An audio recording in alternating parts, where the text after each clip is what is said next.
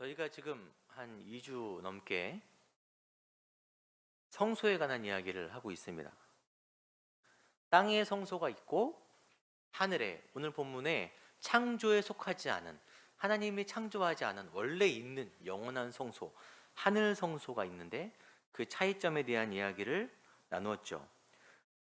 모세가 하나님께 전해 들은 대로, 하나님께서 명하신 대로 만든 성소, 장막이라고도 합니다. 그 장막은 하늘에 있는 영원한 성소의 그림자 역할일 뿐이에요. 그렇다고 해서 히브리 기자가 땅에 있는 성소가 필요 없다라는 얘기를 하는 것은 아닙니다. 오히려 땅의 성소를 통해서 궁극적인 실체, 하늘의 성소를 바라봐야 한다라고 이야기합니다. 여러분들, 유대인들이 실패한 가장 큰 원인이 뭐냐면, 하나님께서 율법과 성소를 통해서, 이것이 그림자인 옛 언약이죠, 원래 본래 실체인 새 언약을 그것을 통해서 깨달아야 되는데 못 깨달은 거예요. 그냥 그림자, 도구에만 만족한 것입니다. 율법과 제사 제도에만 만족하는 거예요. 도구가 목적이 되어 버렸습니다. 그럼 어떤 일이 발생하냐? 목적이 없기 때문에 점점 시간이 지남에 따라 변해버리는 거예요. 사람이 보기 좋은 대로, 내가 생각하기 좋은 대로, 인본주의라고 말합니다. 예수님은 제자의 삶을 쟁기를 잡고 밭을 가는 자와 같다라고 말씀하셨어요. 누가복음에 이르시되 쟁기를 잡고 뒤를 돌아보는 자는 하나님 나라에 합당하지 아니하다. 여러분, 우리나라의 이야기에 두 사람이 밭을 가는데 한 사람은 목표물을 정확하게 설정해 놓고 밭을 쭉 갈고, 다른 한 사람은 그냥 땅만 보고 밭을 가는 이야기를 들어본 적이 있으실 거예요. 목표물이 정확하게 있으면 다시 일자로 가지만, 목표물이 없으면 삐뚤삐뚤 다른 곳으로 가게 되어 있는 것입니다.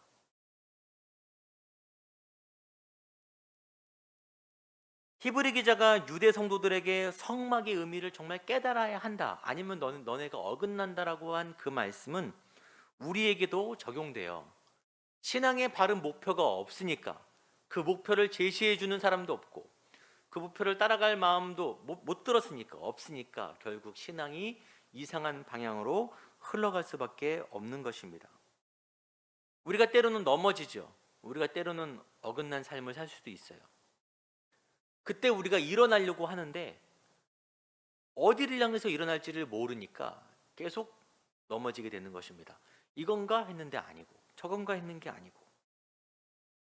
그래서 오늘 우리는 본문에 나와 있는 성소, 성막을 통해서 이 목표에 해당되는 근본적인 두 가지를 나누려고 하는데, 첫 번째는 내가 어떤 존재인가에 대한 이야기를 할 거고, 두 번째는 그래서 우리는 어디로 가야 하는가 이야기를 나눌 것입니다.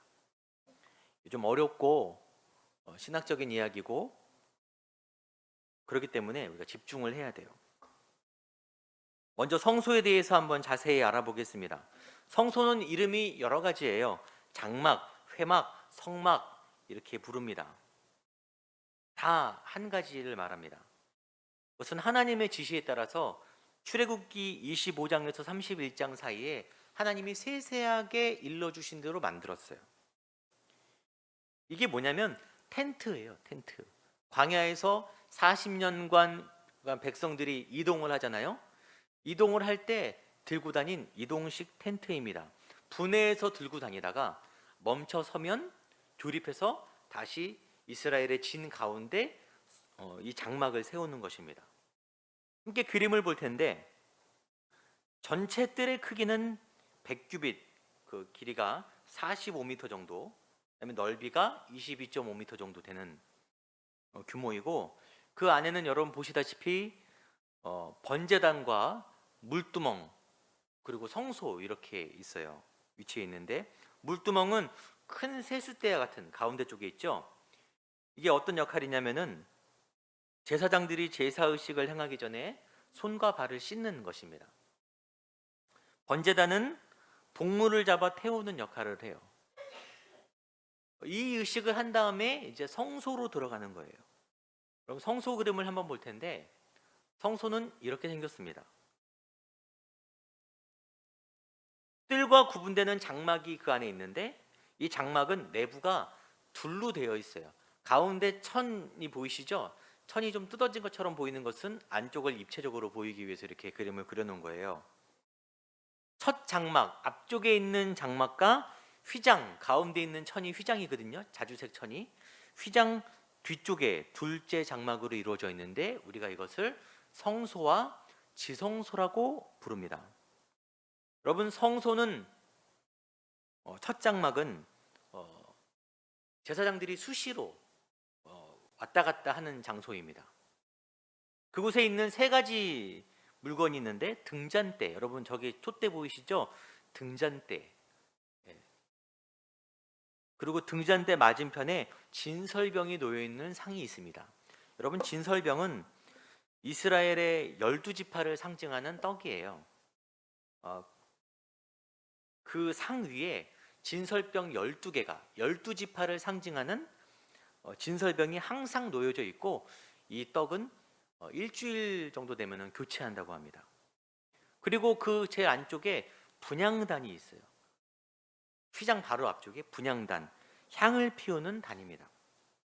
그리고 이제 지성소로 한번 들어가는데 지성소로 들어가면 딱 한 가지 물건이 있어요. 언약궤가 그곳에 있습니다. 그리고 이 지성소와 성소를 휘장이 가로막고 있습니다. 여러분, 휘장의 역할이 뭐냐면은 범죄한 인간과 거룩하신 하나님을 분리시키는 거예요. 함부로 들어가면 안 된다라는 표시입니다. 때문에 이 지성소는 아무 때나 들어갈 수 없습니다. 성소까지는 매일 들어갔는데 제사장들이 지성소는 대제사장 한 명만 1년에 한 번 대속죄일에 들어갈 수 있습니다. 백성들의 죄를 사하기 위해서 잡은 피를 가지고서만 들어갈 수 있어요. 이 지성소 안에 있는 언약궤가 있는데 언약궤 안에 세 가지 물건이 있는 거 여러분 들어본 적 있으시죠? 이 세 가지 물건은 이스라엘 백성들이 광야에서 매일 먹었던 만나 항아리가 있고요. 또 아론의 쌍난 지팡이가 있고 그 다음에 모세가 시내산에서 받은 언약의 돌판이 있어요. 이 궤가 있고 그 뚜껑을 덮는데 이 뚜껑의 이름을 속죄소, 죄를 사하는 곳이라고 뜻하는 속죄소, 때로 다른 이름으로 시은좌, 은혜를 베푸는 자리라고 합니다. 이 뚜껑 위에 하나님의 보호자를 지키는 천사의 그루브의 형상을 띤 이 두 날개가, 천사가 날개를 마주 보고 대하고 있어요. 대제사장이 대속죄일에 잡은 짐승의 피를 이 속죄소 위에 뿌립니다. 그리고 그 구름 날개 사이에 하나님이 지금 빛처럼 표시가 되어 있잖아요. 하나님의 영광이 임재했어요. 여러분, 성소와 지성소에 있는 물건들의 특징은 다 금으로 만들거나 순금을 도금한 거예요. 다 화려합니다. 아주 화려해요. 다 금이에요. 그런데 이 금을 네 겹의 덮개로 덮어놨습니다. 성소의 밖을. 그래서 밖에서 보면은 그냥 수수한 텐트로 보여요. 하지만 열고 들어가면 그 안이 화려한 금으로 된 물건으로 되어 있는 거예요. 그래서 이 성소는 예수 그리스도를 상징합니다. 예수 그리스도의 모습을 상징해요. 예수님은 그 안에 창조주로서 지혜와 지식의 모든 보화가 있는 분이에요. 그리고 신성의 충만함이 그 안에 다 충만하게 계신 분이십니다. 그런데 겉모습은 어땠어요? 나사렛 촌부의 모습. 오남도 그렇게 유명하진 않은 동네죠? 촌부의 모습이었어요. 여러분, 성막에 이런 감춰준 예수 그리스도의 모습을 유대인들이 몰랐어요. 그래서 예수님의 겉모습과 출신만 보고 예수님을 받아들이지 않았습니다. 무시하고 예수님을 죽였어요. 성막과 여러 예언을 통해 예수님에 관한 힌트가 주어졌는데 그들이 그 안의 실체를 들여다보지 못한 거예요. 자, 이제 우리가 아까 두 가지를 보기로 했어요. 나는 어떤 존재인가? 우리는 어디로 가야 하는가? 오늘 말씀 통해 본격적으로 볼 텐데, 언약궤에 있는 세 가지 물건을 통해서 나는 어떤 사람인가? 만나 항아리와 아론의 쌍난 지팡이 돌판을 통해 볼 텐데, 사도행전 강해에서 한 번 다룬 적이 있습니다. 이 세 가지 물건은 다 사람의 치부와 관련되어 있어요. 우리의 죄와 관련되어 있습니다. 여러분, 만나 하늘에서 내린 떡이죠. 하나님이 주시는 떡이에요. 백성을 향한 하나님의 사랑과 돌보심의 상징인데 다른 의미도 있습니다. 뭐냐면 이스라엘 백성들이 홍해를 건넌 후 광야에 이르렀어요. 엄청난 기적을 보았고 낮에는 매일 구름 기둥과 밤에는 불 기둥이 그들과 함께 했습니다. 춥지 않게 덥지 않게 길을 인도했어요. 그런데 한 달 정도 지나고 챙겨온 음식이 떨어진 거예요. 그러자 백성들이 불평을 시작합니다. 목도 마르고 배도 고프다. 애굽에는 먹을 게 많았는데 우리를 모세 너가 이끌어내서 이 광야에서 죽게 하는도다. 모세와 하나님을 원망했어요. 그래서 그들에게 하나님께서 물을 주셨습니다. 그리고 만나도 주셨어요. 하늘에 만나도 주셨는데 만나 먹다가 만나 좀 지겨워. 딴 거 고기 먹고 싶어요. 그래서 하나님께서 메추리도 보내주셨어요. 그들의 필요는 먹을 것이었어요. 근데 여러분, 그들이 먹을 것을, 그들의 필요를 하나님께서 채워주셨을 때 그들이 만족했냐라는 것입니다. 광야에서 이스라엘 백성들이 매일 하나님의 만나와 메추리를 먹고 물도 먹고 하면서 그들이 만족했습니까? 그들은 만족하지 않았어요. 끊임없이 불평하고 불만을 가졌습니다. 그들의 마음을 채워주지 못했어요. 결국 이스라엘의 첫 세대는 가나안 목전에서 하나님을 원망했습니다. 그러다가 그 세대가 다 죽고 아무도 가나안 땅에 못 들어갔어요. 여러분, 사람의 만족감은 유통기한이 있다라고 해요. 호르몬이 그렇대요. 머리를 자르면 한 2, 3일 기분이 좋고 새 휴대폰을 사면, 저도 얼마 전에 바꿨는데 한 일주일 정도 좋아요. 일주일 지나면 그저 그렇습니다. 새 차를 사면 한 3달은 좋대요. 새 집 사도 얼마 못 가고 연애를 해도 호르몬이 떨어지면 사랑도 시들시들해지죠. 여러분의 신앙의 목표가 나의 필요가 될 때, 난 이게 필요한데, 이것이 나의 신앙이 될 때 우리는 끊임없는 공허와 불평에서 벗어날 길이 없어요. 안 됩니다. 하나님이 우리의 삶을 돌보신다는 메시지와 믿음은 틀린 건 아니에요. 옳은 것이지만 이게 맹목적으로 되면 굉장히 위험한 신앙입니다. 신앙의 목표가 오직 그것만이 되면은 안 되는 거예요. 예수 믿으면 사업 잘 되고 건강하고 자녀가 복 받는다는 기복적 메시지를 우리가 얼마나 많이 전했어요. 하나님이 그렇게 해주시면 감사하겠죠. 하지만 그것을 바라고 우리가 신앙생활 하는 것이 얼마나 성경과 어긋나는지 깨달아야 되는 거예요. 여러분, 만나를 주신 이유가 신명기에 이렇게 나와 있어요. 내 조상들도 알지 못하던 만나를 내게 먹인 것은 사람이 떡으로만 살 것이 아니오. 예수님이 이 말씀하셨죠. 여호와 입에서 나오는 모든 말씀으로 사는 줄을 내가 알게 하려 하심이라. 만나 먹어봤잖아. 메추리도 먹어봤잖아. 물도 먹었잖아. 만족이 안 되잖아. 그거를 다 먹어도 죽음을 피할 수 없는 거예요. 사람이 사는 길은 하늘에서 오는 양식, 만나도 하늘에서 오잖아요. 그 상징성을 생각해 봐야 합니다. 하늘에서 오는 생명의 양식인 하나님 말씀을 먹어야 우리가 만족됩니다. 여러분, 절대 만족할 수 없어요. 말씀이 아니고서는. 만나는 이런 상징이고, 또 한 가지 아론의 쌍난 지팡이가 뭐냐면, 모세와 아론은 모세의 형이죠.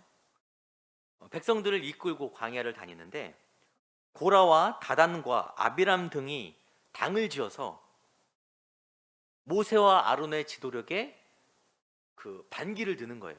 하나님께도 불순종하는 것입니다. 우리가 이스라엘을 이끌자. 니네가 뭔데? 라고 하는 거예요. 하나님이 그들을 다 죽여버리십니다. 진멸하세요. 그리고 어떻게 하시냐면은 지팡이 12지파 자들의 이름이 새긴 지팡이를 하나씩 가져오라고 합니다. 그래서 언약궤 앞에 두라고 명하세요. 그리고 하룻밤 사이에 밤 사이에 내가 지도자로 인정하는 사람 지팡이에서는 싹이 날 것이다. 이렇게 말씀하십니다. 다음 날 갔더니 아론의 지팡이에 싹이 나고 순이 나고 꽃이 피어서 살구가 맺혔어요. 그래서 이 지팡이를 언약궤에 보관하는 것입니다. 무슨 의미냐? 반역한 자의 표징이 되었다라고 성경이 말씀하고 있어요. 여러분, 우리가 삶을 살면서 얼마나 많은 순간마다 하나님을 거역하고 내 뜻을 관철시키려고 합니까? 거역 얼마나 많이 합니까? 뭐 대단하게 반란을 일으켜야 거역입니까? 얼마나 많은 순간마다 내 마음대로 하려고 해요. 그런 나의 연약함을 보여주는 상징물인 거예요, 아론의 쌍난 지팡이는. 여러분, 그리고 세 번째, 언약의 돌파는, 이 돌파는 하나님과 백성들 사이에 맺어진 첫 언약의 상징인데 비하인드 스토리가 있어요. 이 돌판이 첫 번째 돌판입니까? 두 번째 돌판입니까? 두 번째 돌판이에요. 첫 번째 돌판은 모세가 시내산에서 받아왔는데 그 새를 못 참고 이스라엘 백성들이 우상 숭배를, 금송아지를 만든 거예요. 그래서 모세가 분노해서 돌판을 깨버립니다. 인간이 틈만 나면 하나님보다 더 사랑하는 우상을 만들어 놓고 끼고 있는 거예요. 우리가 얼마나 연약한 존재인지 알려주는 세 가지 물건입니다. 여러분, 과거에 제사를 드릴 때 백성들이 대표인 대제사장이 지성소에 있는 언약궤 위에 피를 뿌릴 때 그 제사장과 백성들의 마음이 어땠을까요? 그들 모두가 언약궤 안에 있는 세 가지 물건을 떠올리는 거예요. 만나 항아리와 쌍난 지팡이와 돌판을 보면서 나의 죄가 저렇구나. 우리의 욕망과 고집과 우상 숭배를 생각하는 것입니다. 교회도 참 그렇게 성물을 만들어 놓고 기억합시다 하면 좋은데 하나님께서 그렇게 물건을 만들어 놓으라 하지 않으셨어요. 마틴 로이드 존스 목사님이 이렇게 말씀하셨어요. 우리에게 구약적인 상징물은 없는데 그 상징물이 신약의 말씀으로 대체되었다. 그래서 하나님 말씀을 볼 때 우리가 얼마나 약한 사람인지 깨닫게 된다는 것입니다. 저와 여러분은 되는 사람이에요? 안 되는 사람이에요? 안 되는 사람이에요. 여러분, 이걸 알아야 내가 일어날 수 있습니다. 이걸 알아야 내가 바른 길로 갑니다. 내가 되나? 내가 좀 해볼 만한가? 이러면 안 돼요. 자, 두 번째, 우리는 어디로 가야 하는가라는 얘기를 해야 되는데 같이 읽어볼까요? 시작. 예비한 첫 장막이 있고 그 안에 등잔대와 상과 진설병이 있으니 이는 성소라 일컫고 또 둘째 휘장되어 있는 장막을 지성소라 일컫나니 금향로와 사면을 금으로 싼 언약궤가 있고 그 안에 만나를 담은 큰 항아리와 아론의 쌍난 지팡이와 언약의 돌판들이 있고 그랬습니다. 조금 이상한 부분이 있어요, 이 말씀에. 여러분 딱 아시면 좋을 텐데 잘 모르실 거예요. 성소에 물건이 세 개가 있고 지성소에 물건이 하나가 있습니다. 원래는 성소에 등잔대와 진설병과 금향로. 그런데 오늘 본문 히브리서의 본문에서는 금향로가 어디에 있냐면은 지성소에 들어가 있어요. 이상하잖아요. 왜 이렇게 적어놨을까?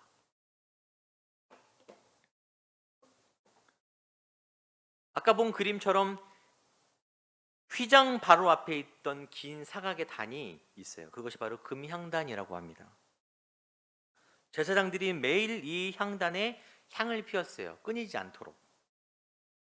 근데 오늘 본문에 등장하는 금향로, 지성소 안에 들어있는 금향로는 뭐냐면은 작은 주전자 모양의 향로로서 대제사장이 지성소에 들어갈 때 거다가 아까 금향단에서 핀 불을 가져다가 담고서 지성소로 들어가는 거예요. 왜 그러냐? 그 연기를 피워서 눈을 가리는 것입니다. 왜 눈을 가리냐면 하나님의 영광이 구름 날개 사이에 임하는데 눈을 가리지 않으면 즉사해요. 하나님의 영광을 똑바로 보면 죽기 때문에 향로를 가지고 백성들의 제사를 드린 동물의 피 그릇을 가지고 지성소로 조심스럽게 들어가는 것입니다. 그래서 오늘 본문의 모양은 뭐냐면은 대속죄일에 대제사장이 1년에 한 번 제사를 드리러 들어가는 그 장면을 묘사하고 있는 거예요. 이 향을 계시록 5장 8절에 뭐라 그러냐면은 성도들의 기도라고 말합니다. 그리고 많은 학자들이 해석하기를 이 성도의 기도는 더 해석으로 나아가서 예수 그리스도께서 우리를 향해서 중보하시는 중보 기도라고 이야기해요. 로마서 8장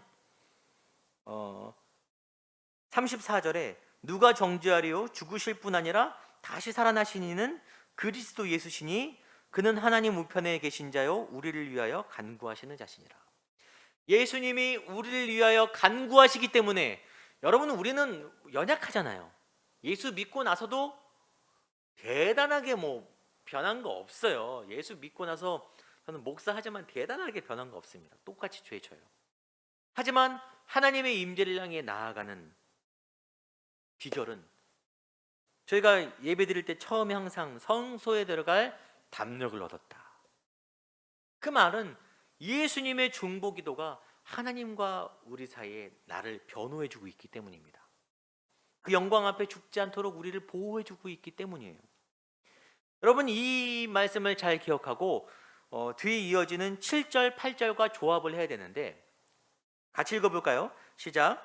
오직 둘째 장막은 대제사장이 홀로 1년에 한 번 들어가되 자기와 백성의 허물을 위하여 드리는 피 없이는 아니하나니 성령이 이로써 보이는 것은 첫 장막이 서 있을 동안에는 성소에 들어가는 길이 아직 나타나지 아니한 것이라.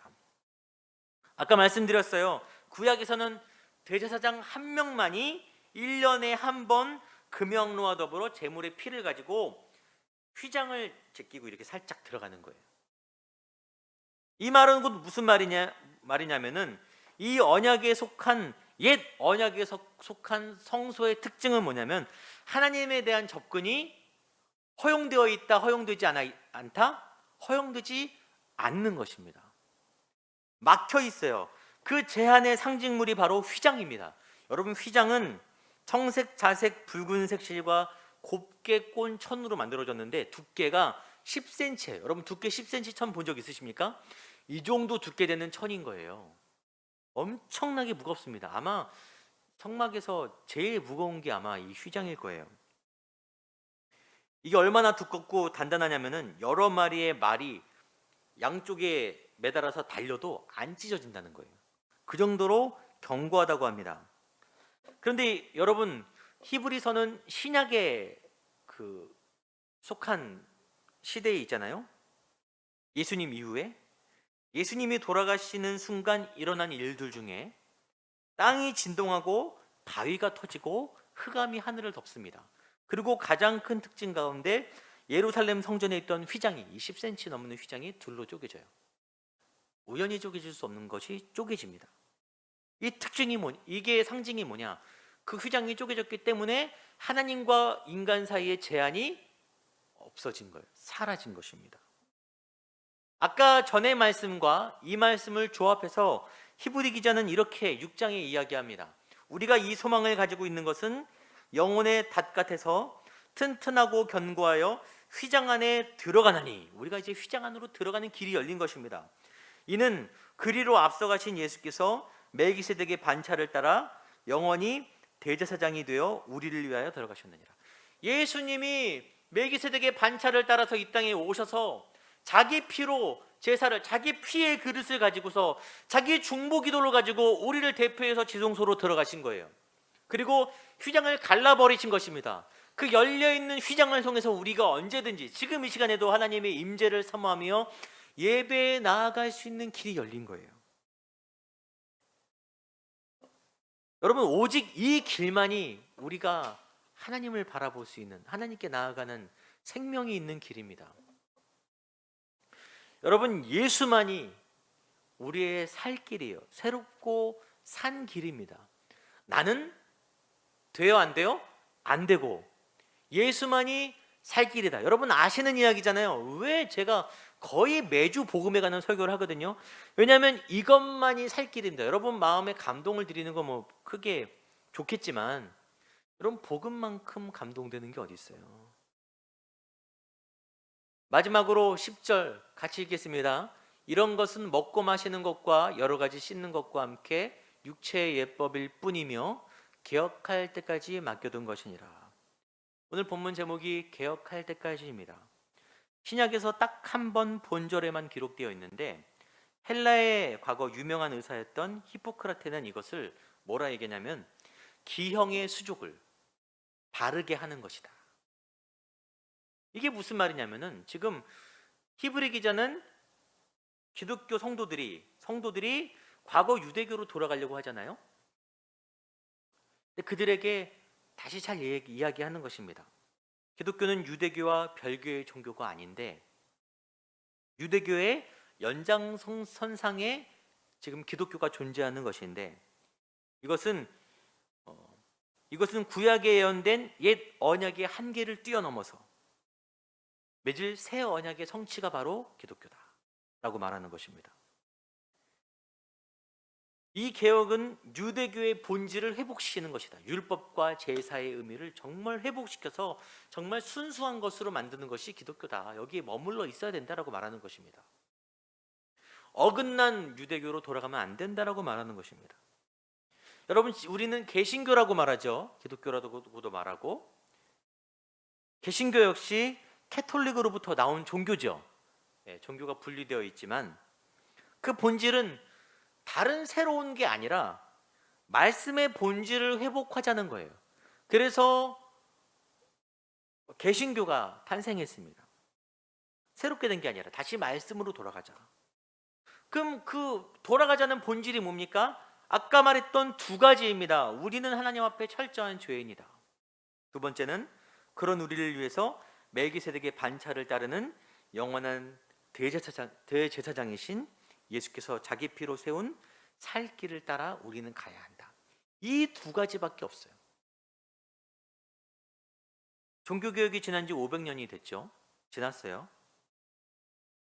처음의 마음을 잊고 세상의 길로 치우치고 말았습니다. 이건 현실이니까. 근데 이게 저와 여러분의 본질이에요. 다른 사람 탓할 것 없이 저와 여러분의 실체입니다. 우리는 끊임없이 삐뚤어지고 어긋나게 돼 있어요. 언약궤 안에 들어있는 그 세 가지 물품이 우리의 실체를 보여주잖아요. 저 여러분의 마음 가운데 다시 한번 놀라운 개혁의 역사가 일어나길 바랍니다. 그래서 기독교는 끊임없이 개혁되는 거예요. 어긋났다가 다시 하나님께서 끊임없이 이스라엘 백성들과 새로운 언약을 맺으신 것처럼 하나님과 다시 한번 넘어졌지만 다시 한번 하나님께 손을 내밀고 예수 그리스도의 피를 힘입어서 다시 성소로 들어가는 것입니다. 기독교 역사에 남을 대단한 사건만이 종교개혁은 아니에요. 오늘 내 삶 가운데 다시 한번 말씀으로 돌아가는 놀라운 개혁이 저 여러분 가운데 이 코로나 엄중한 가운데라도 일어나서 다시 한번 하나님의 나라가 우리 교회 가운데, 가정 가운데, 이 땅 가운데 이루어지기를 소망합니다.